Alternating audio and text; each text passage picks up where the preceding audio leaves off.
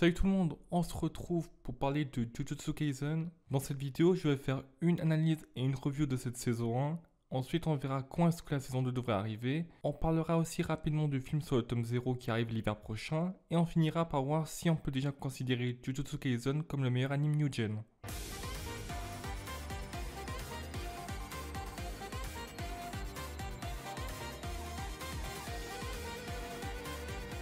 S'il y a bien un animé qui a tout cassé en cette fin 2020, début 2021 hors SNK, c'est bien Jujutsu Kaisen et à juste titre pour moi et je vais expliquer pourquoi. Pour débuter, je vais commencer par dire pour moi quels sont les défauts et les points forts de l'anime, et je vais directement commencer par parler des points faibles vu que j'en ai pas trouvé beaucoup. Le premier point faible de Jujutsu Kaisen, c'est son début trop classique, le fait que dès les premières minutes de l'épisode 1, on a le droit à une scène typiquement shonen et trop classique, avec le grand-père de Yuji qui meurt à l'hôpital, et qui juste avant lui dit d'utiliser sa force pour protéger les autres. Et bien sûr du coup ces paroles Yuji s'en souviendra ensuite comme au moment de l'école où il attendait que Megumi arrête le fléau, et qu'il se souviendra des paroles de son grand-père et ira sauver ses deux camarades. Mais bon, heureusement l'anime se rattrape car ensuite on arrête avec ce genre de moment, surtout quand on apprend le vrai but de Yuji, c'est-à-dire de pouvoir choisir de mourir comme il le veut, comme on l'a vu dès qu'il se fait éclater par le fléau de classe S. Et que donc, suite à son pacte avec Sukuna dès qu'il revient à la vie, il décide de devenir plus puissant pour pouvoir choisir la façon dont il veut mourir. Ça fait du bien de voir un shonen où le protagoniste n'a pas comme objectif d'instaurer la paix ou protéger le monde, c'est innovant. Ensuite, l'autre défaut qui clairement je pense ne sera plus un défaut de la saison 2, c'est le développement des personnages trop linéaire. Car mis à part Yuji, Nobara et Megumi qui ont un développement lors de leur combat avec des fléaux ou des événements actuels de la saison 1, sinon tout le reste des persos pour l'instant ont uniquement un développement de flashback. Mais comme je l'ai dit, je pense que ça c'est un défaut temporaire, car vu le nombre de personnages qui nous a été présenté et le fait qu'on soit au début du manga, c'est compréhensible ce choix de développement. Surtout qu'on a eu le droit à de très bons flashbacks, comme celui de Nanami et son choix de faire exorcisme de fléau comme travail même si c'est très dangereux car il a l'impression d'être reconnu et utile aux autres, ou le flashback de Maki et sa famille qui la rejette et fait tout pour lui barrer la route car elle ne dispose pas de pouvoir occulte. Bon, maintenant passons au point fort de Jujutsu Kaisen. Pour moi le plus gros point fort c'est comme il se démarque par son originalité tout en prenant les bases du shonen. Déjà le travail d'exorciste ici est spécial car même s'il est question d'exorciser, c'est significatif de tuer. Et ensuite ce travail est très dangereux car tu peux mourir tous les jours et peu de personnes le font par envie et sont capables de le faire. Là encore une fois c'est différent d'autres shonen où le travail principal est quelque chose que tout le monde peut faire et limite considéré comme un travail normal et à la portée de tous. Après, parlons du système de pouvoir présent dans l'anime, donc de l'énergie occulte qui est grave intéressante, car cette énergie occulte normalement tous les humains en ont, car cela naît des émotions négatives produites par l'homme. Ce qui est encore plus intéressant, c'est de savoir que ce qui crée les fléaux, c'est également ces émotions négatives de l'homme, car tout le monde a de l'énergie occulte en lui, mais pas tout le monde la contrôle. Seuls ceux qui sont des exorcistes peuvent le faire et donc luttent contre les fléaux. C'est pour ça que lors d'affrontements contre des fléaux, les exorcistes doivent rester calmes et pas s'énerver, afin de maîtriser leur énergie occulte et pas créer d'émotions négatives. Et de cette énergie occulte, différents sorts peuvent être produits, tout cela dépend de différents facteurs. Ça peut être tout simplement des sorts innés, donc uniques et différents en fonction de la personne, comme Todo et son pouvoir d'échanger de place avec tout ce qui est autour de lui et possède de l'énergie occulte, ou Nobara et ses techniques vaudou. Après, il y a les sorts héréditaires qui sont transmis de génération en génération par le biais du sang dans les familles d'exorcistes. Comme Inumaki, ses incantations, ou par ce qu'il dit, il peut par exemple obliger son ennemi à dormir ou à s'arrêter. Ensuite, il y a des sorts que tout le monde peut faire mais qui demandent de l'expérience comme l'extension du territoire ou les barrières qui, comme on l'a vu à la fin de la saison, peuvent empêcher certaines personnes de rentrer dedans ou d'y sortir. Tout cela montre comme le système de pouvoir occulte et de sorts est maîtrisé, rien n'est laissé de côté et tout concorde. Certes, on retrouve quelques techniques connues et présentes dans d'autres shonen, mais tout le système de pouvoir est unique en soi ici.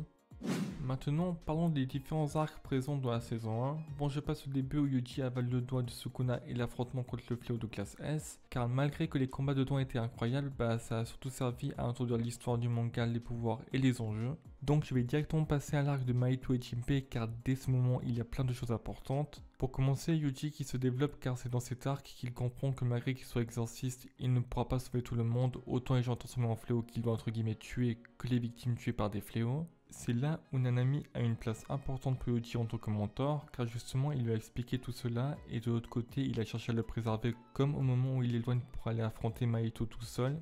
Et oui, Nanami c'est pas mon perso préféré pour rien. Profitons-en pour parler du vrai premier antagoniste de Love, donc Mahito. Ah bah oui, désolé, mais les fléaux de classe S du début et Diogo qui se fait humilier par Gojo, pour moi, c'est pas eux les premiers antagonistes. Mahito, pour un premier antagoniste, est très bon. Déjà, il est détestable comme jamais vu comme il s'est servi de Jinbei et comme il a fait tuer sa mère et l'a ensuite transformé en fléau. Il est clairement devenu l'ennemi numéro 1 de Yuji, qui du coup trouve désormais un autre but que de choisir de mourir comme il le souhaite car il veut maintenant venger Jinbei. Mais s'il veut pouvoir le faire, il doit pas céder à la colère, donc Mahito fera forcément améliorer Yuji. Ce qui est déjà un peu le cas et c'est ça qui fait qu'il est un très bon antagoniste. Maintenant, parlons de l'arc du tournoi. Quand j'ai entendu arc du tournoi, j'ai directement su que ça allait être incroyable. On sait tous l'importance des tournois dans les shonen et surtout la puissance que ça a au début d'un manga, pour ne pas citer Hunter x Hunter ou Naruto. Il y a eu plein de combats incroyables durant cet arc, mais pour moi il y en a deux qu'il faut souligner.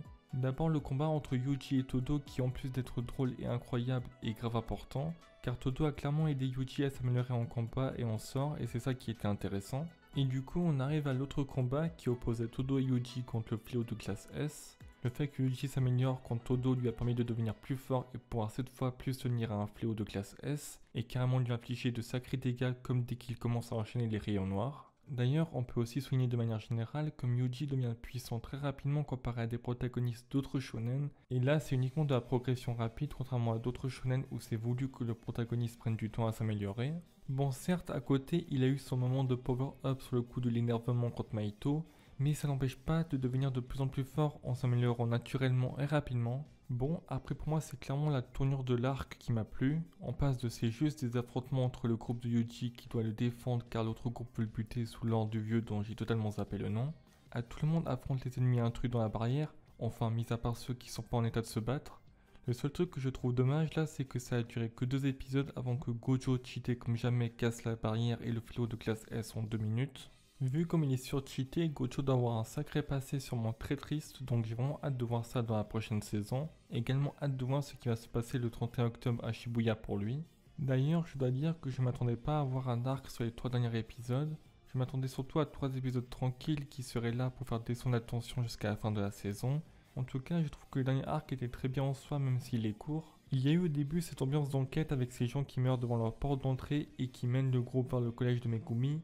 On a pu apprendre qu'il avait une grande sœur qui a été mise dans le coma par le fléau du pont, et que du coup ce fléau peut décider de la tuer à tout moment, sans compter qu'il peut y avoir d'autres victimes à côté et qu'il n'y a pas d'autres exorcistes expérimentés pour venir aider le groupe, donc ils n'ont pas d'autre choix que d'aller exorciser ce fléau maintenant, surtout si Megumi veut sauver sa sœur. Et le fait de faire que l'autre fléau concret Mahito et Geto interviennent également dans le combat change bien la situation et rend la tâche bien plus difficile pour Nobara, Yuji et Megumi. Et ça se complique encore plus quand on remarque qu'il y a encore un autre fléau qui arrive et que le but est de récupérer un doigt de Sukuna que possède justement le fléau du pont. Le fait que Megumi se retrouve tout seul à devoir l'affronter a rendu le combat incroyable. Le moment du flashback avec Gojo, le fait que Megumi pète les plombs et décide enfin d'exploiter tout son potentiel et fasse son extension du territoire et réussit à battre le fléau, c'était juste incroyable. C'est là qu'on voit que ce petit arc est clairement centré sur lui et son développement. Quand on découvre son passé, donc le fait que lui et Tsukimi ne sont pas frères et sœurs de sang et que leurs parents respectifs les ont abandonnés, que le père de Megumi l'a vendu au clan Zenin et que Megumi s'est retrouvé un peu forcé à devenir exorciste, tout ça était intéressant et rajoute un vrai background à Megumi. Mais le moment le plus intéressant pour moi, c'est le moment où on voit vraiment la vision du monde qu'il a, le fait qu'il supportait pas autant les gens mauvais que les gens trop bons qui pardonnent trop vite. Qu'en gros, il était dans une phase où il aimait carrément personne, mais que le fait que sa sœur se retrouve dans le coma lui a fait comprendre que les gens bons comme elle, bah c'est pas si mal en fait. Et finalement, le combat entre Nobara et Yuji contre les deux fléaux de classe S était assez ouf pour terminer la saison 1. Ceux qui pensaient que Nobara était Sakura bis inutile se sont bien trompés là. Et du coup, on apprend en fin d'épisode que Megumi, Nobara, Yuji, Panda et Maki sont les seuls à avoir été promus en classe 1. Ça me fume comme les trois ont glow up hyper rapidement et qu'ils dépassent carrément tous les autres exorcistes présents. Bon, maintenant parlons rapidement du film qui va arriver en hiver. Ça faisait déjà quelques jours qu'un domaine avait été écrit pour un film sur Jujutsu Kaisen. Beaucoup pensaient que ça serait la suite du manga et que ça ferait comme Demon Slayer. Mais moi et d'autres personnes également pensaient que ça serait sur le tome 0, que je dois lire d'ailleurs, et c'est le cas. Pour l'instant, pas de date précise annoncée, mais c'est pour l'hiver prochain. Et du coup, on peut switcher sur la thématique de la saison 2. Pour la saison 2, il n'y a vraiment rien du tout comme info, et c'est normal pour le coup. Mais avec l'annonce du film pour l'hiver prochain, perso, je pense que la saison 2 arrivera pour l'été 2022 ou alors dans les mois qui suivent. Vu le succès monstrueux de l'anime, je pense que ma part reviendra rapidement dessus après Chainsaw Man par exemple, Et comme d'habitude, j'indiquerai s'il y a du changement en commentaire de la vidéo. Bon, du coup, est-ce qu'on peut considérer Jujutsu Kaisen comme le meilleur anime new gen? Bon, en fait, il n'y a pas vraiment de réponse directe, mais en tout cas, il en fait partie. Un scénario classique mais bien ficelé, un système de pouvoir unique, des excellents combats, des persos développés et une animation incroyable. Ne pas compter cet anime parmi les meilleurs animes new gen serait se mentir à soi-même. Surtout que d'après ce que j'ai vu, la suite en manga semble être encore plus incroyable, donc hâte de voir ça dans la saison 2. Sur ce, on arrive à la fin de la vidéo, j'espère qu'elle t'a plu. Si c'est le cas, n'hésite pas à mettre le j'aime, à t'abonner ou donner ton avis sur Jujutsu en commentaire. Et moi je te dis à la prochaine.